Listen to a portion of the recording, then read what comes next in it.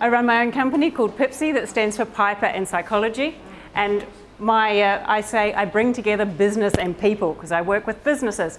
My question for you tonight is, whatever happened to the 40-hour work week?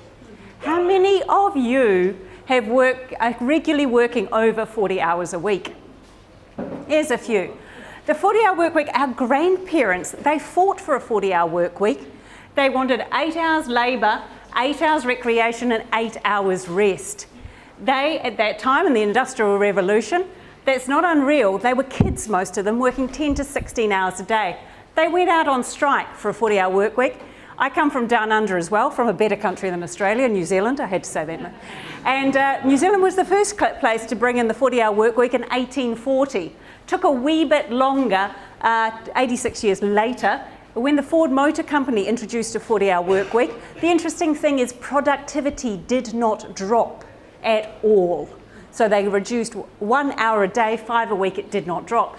Somehow it was in our psyche, different countries have agreed different things, but at the end, we started working 9 to 5. Now all of you have seen old television, now you're seeing 9 to 5, Dolly Parton, the only way to make a living.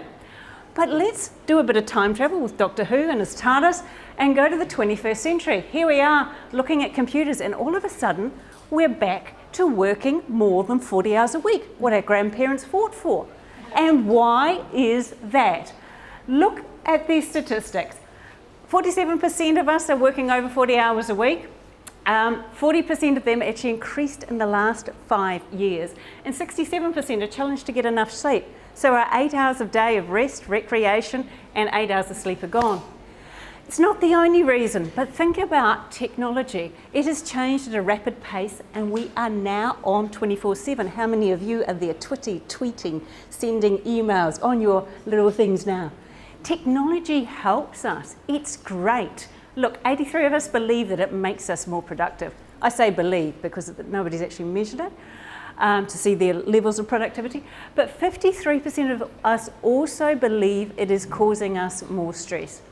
And why is it causing us more stress? 4 reasons. It extends the work day, it blurs the boundaries between work and home, it increases the speed and pace of work, and there's more multitasking. The extended work day, how many of you check your mails on the commute? It seems like a really good way when it's a wasted time, but all of a sudden then it comes into other times of the day, 5 minutes here, 10 minutes there, all of a sudden the workday is extended out. And it blurs the boundaries. No longer is your home your castle. The hustle and hassle of your work comes into your private space now.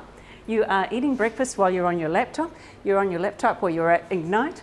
And the pressure just got faster. Let's be honest. I mean, you couldn't get too stressed about an inter-office mail, which was going to take 3 days to get round to the head office. But you can get stressed about an email that comes through at 10 o'clock at night from the Asian offices.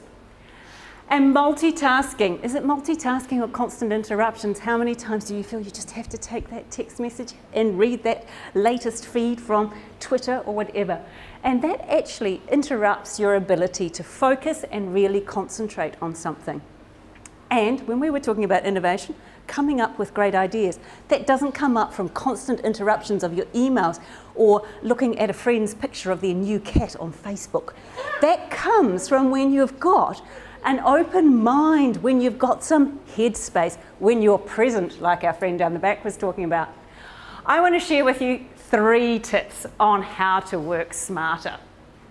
The first one I want to share with you is a word of advice. Take some time to disconnect. You do not need to be on all the time. That picture of your friend's cat on Facebook will be there tomorrow. Then make sure that you also set some boundaries. You need to draw the line in the sand between home and work. We all need to work sometimes at home in the weekends, but set a boundary. When's it going to be? It doesn't need to be 5 minutes here, half an hour there, 20 minutes there. Put it all together, get it done, and clear the weekend. Enjoy the beautiful weather.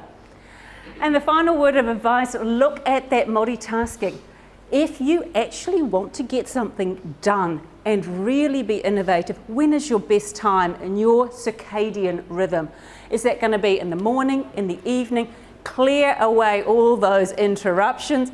Give yourself some headspace. My last message for you is basically make sure you use your smartphone and all your technology to work smarter, not just harder.